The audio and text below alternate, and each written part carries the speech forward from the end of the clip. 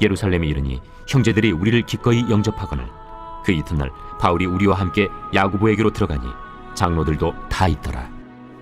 바울이 문안하고 하나님이 자기의 사역으로 말미암아 이방 가운데서 하신 일을 낱낱이 말하니 그들이 듣고 하나님께 영광을 돌리고 바울더러 이르되, 형제여, 그대도 보는 바에 유대인 중에 믿는 자 수만 명이 있으니 다 율법의 열성을 가진 자라.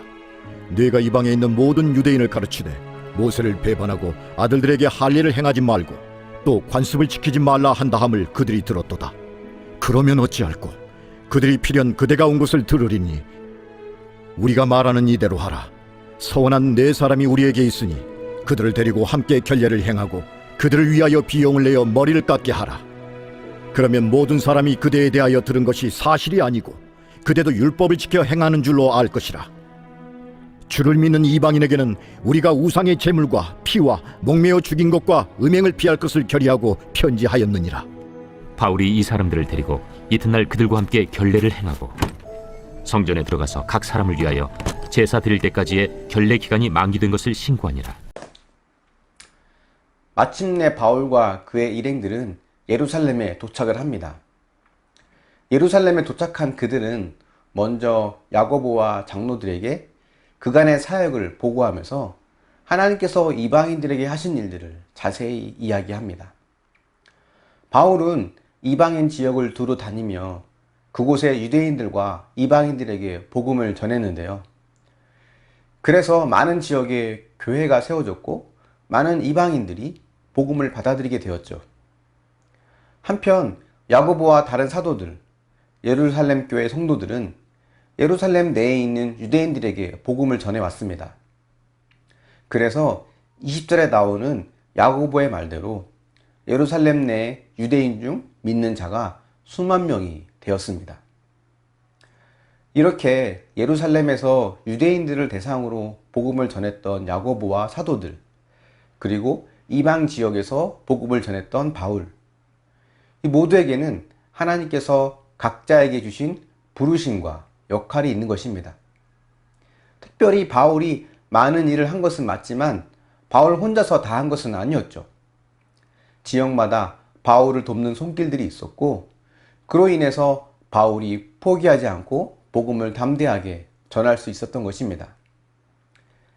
예루살렘에서 유대인들에게 복음을 전한 사도들과 예루살렘 교회 성도들, 그리고 이방 지역에서 복음을 전한 바울과 바울을 도왔던 동역자들, 이들 중에서 누가 더 중요한 일을 했느냐를 따지는 것은 사실 의미가 없습니다. 하나님은 각자에게 사명을 주셨기 때문에 그 사명에 따라 순종하는 자는 모두가 하나님 보시기에 착하고 충성된 자들입니다. 그런데 사실 우리는 더 중요한 일을 맡고 그래서 인정받는 자리에 올라가고 싶어 하죠. 예수님을 따르던 제자들도 누가 서로 높은지 다투는 것을 보면 인간의 마음에는 인정받고 싶은 마음이 누구에게나 있는 것 같습니다. 먼 훗날 우리 모두가 하나님 나라에 갈 때 하나님께서 우리 교회를 바라보시며 그동안 수고하고 충성스러웠던 여러분들을 기뻐하시고 칭찬해 주실 것을 믿습니다. 누가 더 중요한 일을 했고 더 많은 일을 했느냐로 우리를 판단하지 않으실 겁니다.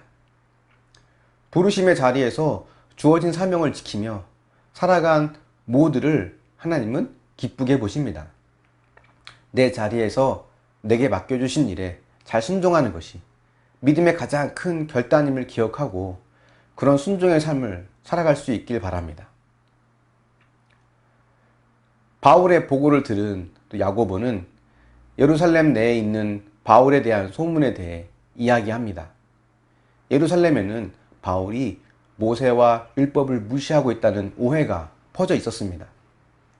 그래서 야고보는 바울에게 나실인 서원 기간이 끝난 사람들을 데리고 가서 율법에 나온 대로 정결 의식을 행하게 하고 그 비용까지 직접 처리하는 것이 좋겠다고 권면을 하죠. 사람들이 그것을 보면 바울이 율법을 무시하는 것이 아니라는 것을 알게 될 것이기 때문입니다.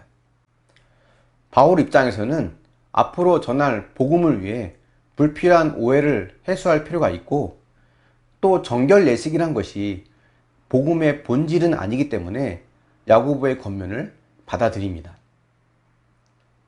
이렇게 우리가 무엇을 할지 또는 하지 말아야 할지 고민이 될 때 그것이 복음의 본질이 아니라면 바울처럼 이것이 복음을 전하는 것에 방해가 되지 않게 하는 것이 중요합니다.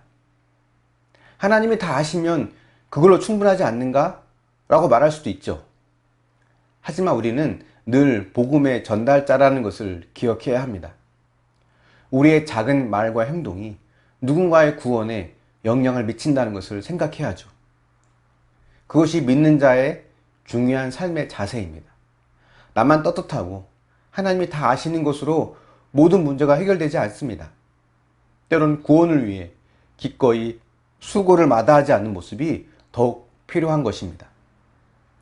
오늘 말씀을 통해 내게 허락된 자리에서 맡겨진 사명을 잘 감당할 수 있는 겸손함과 믿음을 갖기를 바랍니다.